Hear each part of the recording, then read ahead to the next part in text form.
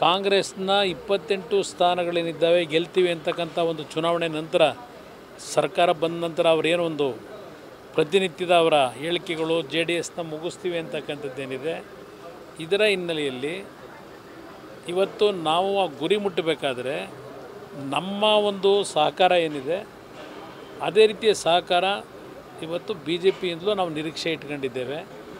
ಅದನ್ನು ಸರಿಪಡಿಸ್ತಕ್ಕಂಥ ನಿಟ್ಟಿನಲ್ಲಿ ಕೆಲವು ಸೂಚನೆಗಳನ್ನು ಕೊಡಬೇಕು ಅನ್ನೋದನ್ನು ನನ್ನ ಗಮನಕ್ಕೆ ತಂದಿದ್ದಾರೆ ನಮ್ಮ ಪಕ್ಷದ ಮುಖಂಡರು. ಪ್ರಮುಖವಾಗಿ ಇವತ್ತು ಎರಡೂ ಪಕ್ಷಗಳ ನಾಯಕರುಗಳ ಸಭೆಗಳಿರ್ಬೋದು, ಇವತ್ತು ಚುನಾವಣಾ ಪ್ರಚಾರದಲ್ಲಿ ಎರಡೂ ಪಕ್ಷಗಳು ಯಾವ ರೀತಿ ಕೆಲಸ ಮಾಡಬೇಕು, ಬೂತ್ ಮಟ್ಟದಲ್ಲಿ ಎರಡೂ ಪಕ್ಷದ ಕಾರ್ಯಕರ್ತರು ಇನ್ವಾಲ್ವ್ಮೆಂಟ್ ಆಗಬೇಕಾದ್ರೆ ಕೆಲವು ಕ್ಷೇತ್ರದಲ್ಲಿ ಇವತ್ತು ಉತ್ತರ ಕರ್ನಾಟಕದ ಭಾಗದಲ್ಲೇ ಬಿಜಾಪುರದಲ್ಲಿ 2-3 ಕ್ಷೇತ್ರ ನಾವು BJPಗಿಂತ 2-3 ಕ್ಷೇತ್ರದಲ್ಲಿ ಮೇಲಿದ್ದೇವೆ.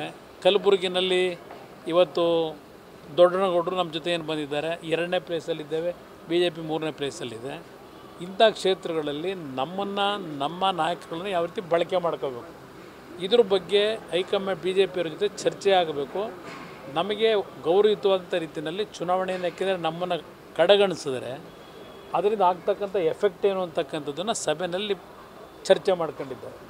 ಇದೆಲ್ಲವನ್ನು BJಪಿಯ ಹೈಕಮಾಂಡ್ಗೂ ಚರ್ಚೆ ಮಾಡಿ ಎಲ್ಲರನ್ನೂ ಒಳ್ಳೆ ರೀತಿಯಲ್ಲಿ ಸೌಹಾರ್ದತೆಯಿಂದ ಒಂದು ಯುನೈಟಾಗಿ ಕೆಲಸ ಮಾಡ್ತಕ್ಕಂಥ ನಿಟ್ಟಿನಲ್ಲಿ ಯಾವ ರೀತಿ ಕಾರ್ಯಕ್ರಮಗಳನ್ನು ರೂಪಿಸಬೇಕು ಅಂತಕ್ಕಂಥದ್ದನ್ನು ತೀರ್ಮಾನ ಮಾಡಿ.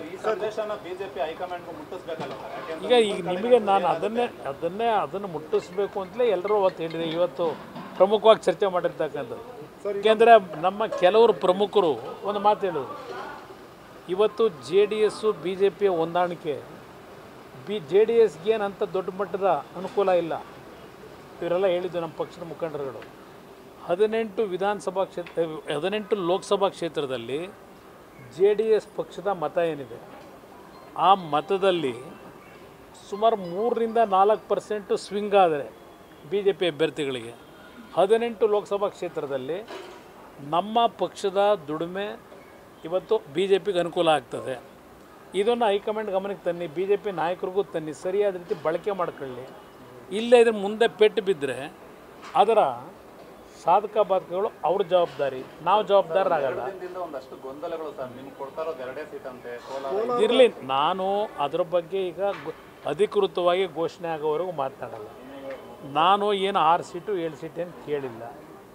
ನಾನು ನಮ್ಮ ಒಂದು ನಡುವೆ ಮಾತುಕತೆ ನಡೆದಂಥ ದಿನದಿಂದಲೂ ನಾವು ಕೇಳಿರ್ತಕ್ಕಂಥದ್ದೇ 3 ಸೀಟು, 3-4 ಸೀಟ್ ಕೇಳಿದ್ದೇವೆ. ಬಹುಶಃ ನಮ್ಮ ಶಕ್ತಿ ಅವ್ರಿಗೂ ಗೊತ್ತಿದೆ.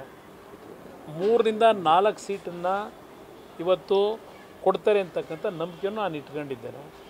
2 ಸೀಟ್ ತಗೊಳ್ಳಿಕ್ಕೆ ನಾನು ಇಷ್ಟೆಲ್ಲ ಪ್ರಯತ್ನ ಪಡಬೇಕಾ, ಇಷ್ಟೆಲ್ಲ ಹೊಂದಾಣಿಕೆ ಬೇಕಾ ನನಗೆ? ಹಾಸನದಲ್ಲಿ ಮತ್ತು ಮಂಡ್ಯದಲ್ಲಿ ಈಗಲೂ ಹೇಳ್ತೀನಿ, ಸ್ವತಂತ್ರವಾಗಿ ನಮ್ಮ ಅಭ್ಯರ್ಥಿಗಳು ಗೆಲ್ತಾರೆ. ಸ್ವತಂತ್ರವಾಗಿ ಹೋದರೆ ಟ್ರಯಾಂಗ್ಯುಲರ್ ಕಂಟೆಸ್ಟ್ ಆದರೆ ಸುಲಭವಾಗಿ ಗೆಲ್ತೀವಿ, ಸುಲಭವಾಗಿ ಗೆಲ್ತೀವಿ. ಆದರೆ ನಾನು ಹೇಳ್ತಾ ಇದ್ದೀನಲ್ಲ, ನಮ್ಮ ಪ್ರಮುಖರೇನು ಚರ್ಚೆ ಮಾಡಿದ್ದಾರೆ, 18 ಲೋಕಸಭಾ ಕ್ಷೇತ್ರ BJP ನಾಯಕರುಗಳಿಗೆ ಇವತ್ತು ನೀವು ಸಂದೇಶ ಕೊಡಬೇಕು ಅಂತಕ್ಕಂಥದ್ದನ್ನೇ ಹೇಳಿದ್ದಾರೆ. ಇವತ್ತು ಹಲವಾರು ಕ್ಷೇತ್ರಗಳಲ್ಲಿ ನಮ್ಮ ಪಕ್ಷದ ಸ್ಟ್ರೆಂತ್ ಏನಿದೆ ಅದು ಧಾರೆ ಎರೆದ್ರೇ ಇವತ್ತು BJಪಿಗೆ ಪ್ಲಸ್ ಪಾಯಿಂಟ್ ಇರೋದಿಲ್ಲ. ಕರ್ನಾಟಕದ ರಾಜಕಾರಣವೇ ಬೇರೆ, ದೇಶದಲ್ಲಿ ನಡೆಯೋ ರಾಜಕಾರಣವೇ ಬೇರೆ, ಕರ್ನಾಟಕದಲ್ಲಿ ಇರ್ತಕ್ಕಂಥ ರಾಜಕೀಯ ಚಿತ್ರಣನೇ ಬೇರೆ. ಅದನ್ನು ಅವ್ರ ಗಮನಕ್ಕೆ ತನ್ನಿ ಅಂತ ಹೇಳಿದ್ದಾರೆ.